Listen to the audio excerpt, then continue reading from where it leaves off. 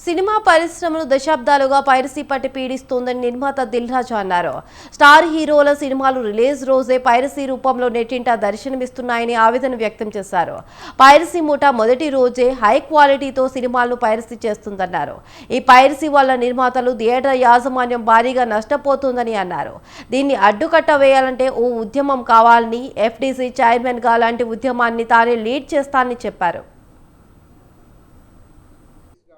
ఏం చేద్దామనేది కొంచెం నేను లీడ్ తీసుకుంటున్నాను. అంటే ఏ ప్రొడ్యూసర్ కూడా నన్ను ఇంకా ఎఫ్టీసీకి వచ్చి ఈ క్వశ్చన్ సరే ఏం చేద్దామని అడగల. అయినా నేను ఒక నిర్మాతగా నాకు రెస్పాన్సిబిలిటీ ఉంది కాబట్టి గవర్నమెంట్కి ఆల్రెడీ ఒక లెటర్ ప్రిపేర్ చేశాను.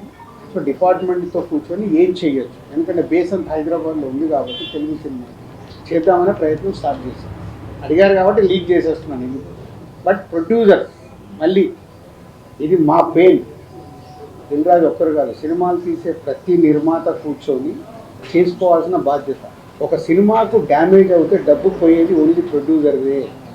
ఆ ప్రొడ్యూసర్స్ ఎందుకు చేరుకోవట్లేదు అర్థం కావట్లేదు. హీరోకి ఎఫెక్ట్ అవ్వదు, డైరెక్టర్కి ఎఫెక్ట్ అవ్వదు. సినిమా రిలీజ్ అయ్యాక వాళ్ళ రెమ్యునరేషన్లకు ఎఫెక్ట్ అవ్వదు, నెక్స్ట్ సినిమాలకు వెళ్ళిపోతారు. డ్యామేజ్ జరుగుతుంది ఓన్లీ ప్రొడ్యూసర్. కానీ ఆ ప్రొడ్యూసర్లు ఎందుకు మేలుకోరు అర్థం కాదు. వాళ్ళు కదా, వాళ్ళ డబ్బు కదా, వచ్చి కూర్చొని ఏం చేద్దాం.